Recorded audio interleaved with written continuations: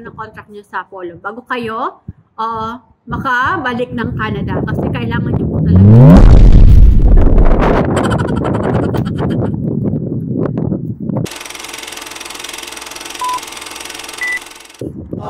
Hello mga ka-dreamers! Welcome back to my vlog, hello everyone! For today's video, share ko lang sa inyo kung ano yung advantage kung kayo po ay caregiver sa Hong Kong or kayo po ay nanny at saka domestic helper sa Hong Kong.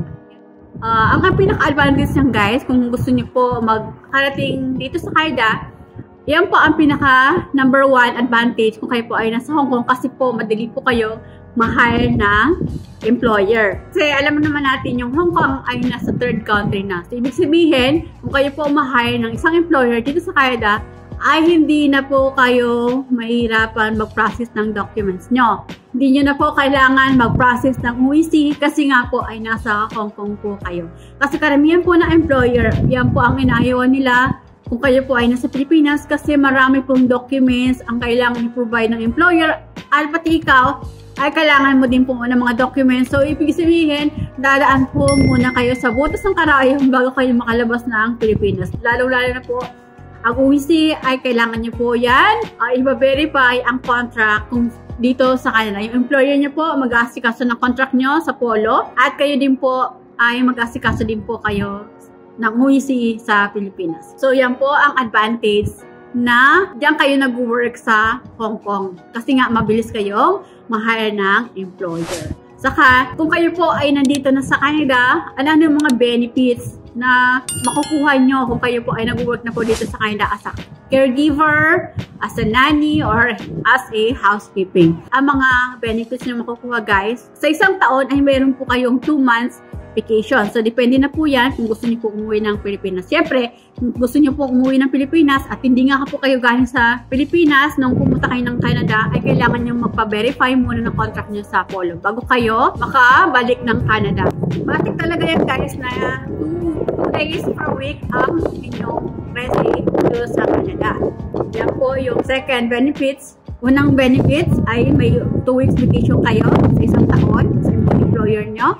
And then, 2 days off every week. Tapos, ang working hours nyo, maximum ay 6 hours. Okay, so depende po yan sa employer nyo kung ilang hours po kayo magtatrabaho. Lahat naman po yun ay bayad kasi declared naman po kayo. Okay, ibig sabihin declared ay yung sahod nyo, ipa-forward po yan sa CRA kasi nga magta-tax file po kayo. Kung hindi po declared ay as basis yung salary nyo at hindi ma-file yung tax nyo, hindi ma-file yung tax income nyo. Tapos ano pa yung mga benefits kung kayo po ay mag-exceed o mag-excess po sa working hours nyo, ay babayaran po yun ng employer nyo. Kung ang employer nyo ay gusto din po kayong mag-work during off time nyo, ay babayaran din po kayo. Yan po, lahat guys ay mga benefits na matatanggap nyo dito sa Canada. Kung kayo po ay maging caregiver na dito sa Canada, ayan po, ang pinakamagandang benefits dyan ay after 12 months of experience, ay pwede na po kayo mag-apply ng permanent residence dito sa Canada. Yes guys, yan po ang pinakamagandang benefits bilang isang caregiver, nanny, dito sa Canada. Na kayo po ay pwede po mag-apply ng permanent residence after gaining of experience na 12 months. Yan po yung nilabas ng IRCC para po sa mga caregiver. Kung kayo po ay may enough funds, pwede nyo pong itry na sponsorin yung mga asawa nyo o common partner nyo sa kanyang mga kids nyo na kunin nyo po para dito na rin po kayo mag-wait sa Canada habang nagpo-process ng permanent residence. Yan din po ang kagandahan bilang isang caregiver dito sa Canada. Kapag PR na po kayo dito sa Canada, tapos yung mga anak nyo ay magka-college, ay yung tuition fee po ng mga anak nyo kung magka-college na po dito sa Canada at kayo po ay permanent residence na ay magiging local tuition fee na. Ibig sabihin, mababawasan na po yung tuition fee. Hindi na po international rate, kundi ay local rate na po. Kung ano po yung tuition fee ng mga Canadian citizen dito sa Canada, yun na din po ang magiging tuition fee ng mga anak nyo. So, maganda po yung mga benefits dito sa Canada, lalo na po kayo ay caregiver. Kasi po, alam nyo ba na ang caregiver talaga ang pinakamagandang pathway? Kasi nga, 1 year lang ay pwede na po kayo makapag-apply ng permanent residence, lalo na kung hindi po kayo skilled worker. Kung kayo po ay skilled worker, ay madami pong pathway. madali pong kayo makapag-apply ng PIA. Pero tulad ko na hindi po ako skilled worker, ay talagang caregiver job po yung pinaka-right pathway para sa akin at sa family ko. So, yun lang guys, yung mga benefits na makukuha nyo dito sa Canada kung kayo po ay nag-work na dito sa Canada. Pero kung yung mga asawa nyo ay naka-open work permit, ay pwede pong mag-work kahit ilan sa isang araw. Wala pong mag-restrict sa kanila. Yung mga anak nyo po ay free pag-aaral po dito sa Canada hanggang sa high school. At saka dito sa Canada, kung yung mga anak nyo po ay mag-school sa public, ay meron din po free bus. So wala na po kayong poproblemahin sa paghatid sundo kasi nga po may bus naman. Pero kailangan malayo po yung tirahan nyo. Nakalimutan ko na kung ilang kilometer yung distance para kayo ay mapasama sa bus service. Kasi meron din po yung qualified po sa pag-avail ng bus service. Then, meron kayong OHIP, Okay Ontario Health Card. Kung kayo ay magkasakit, ay wala po kayong gagastusin. Kung gusto nyo magpa-check up sa mga doktor, ay wala po kayong gagastusin. So, yun po yung kagandahan dito sa Canada. Yun po yung mga benefits. Ano po mga benefits? Pwede nyo rin po makuha yung mga parents nyo. Kung kayo po ay mga permanent residents dito sa Canada, pwede yung apply yung parents nyo ng super visa. Yan din po ang kagandahan dito sa Canada. Kasi pati parents nyo po ay pwede mag-stay dito sa Canada. At pwede nyo din po silang apply ng permanent residence.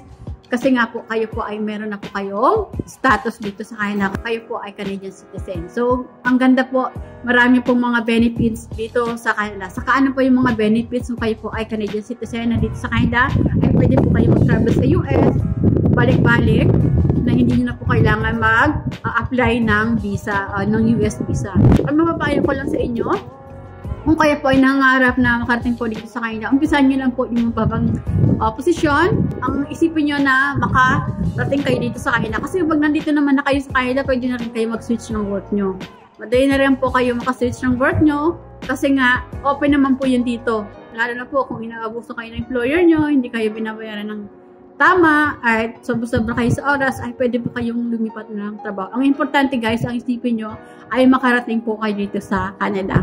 So, yun lang guys, na-share ko lang sa inyo yung mga benefits na makukuha nyo dito sa Canada kung kayo po ay maging caregiver, nanny, dito sa Canada. So, maraming pong benefits. Okay, so, hindi lang po iisang benefits. Pati yung family natin, makakaranas din po ng mga benefits. Basta, ang importante ay magtiis at magtiyaga muna tayo habang nag-umpisa pa lang po tayo dito sa Canada. So, kung kayo po ay nasa Hong Kong ngayon, nasa ibang bansa, kung kayo po ay on process na rin po yung mga documents nyo, wait na lang po kayo, pray na rin, makakarating din po kayo dito sa Canada. At tapos, kung kayo po ay nandito sa Canada, huwag po kayong mareklamo, baka ma-culture shock kayo, huwag po kayong mag-expect. Iba po kasi yung life dito sa Canada. So, yun lang guys, na-share ko lang po sa inyo mga benefits kung kayo po ay nanny or caregiver po dito sa Canada. So, guys, if you find my video helpful, please po subscribe naman po and do like and share na rin po kung nagustuhan niyo po yung mga video ko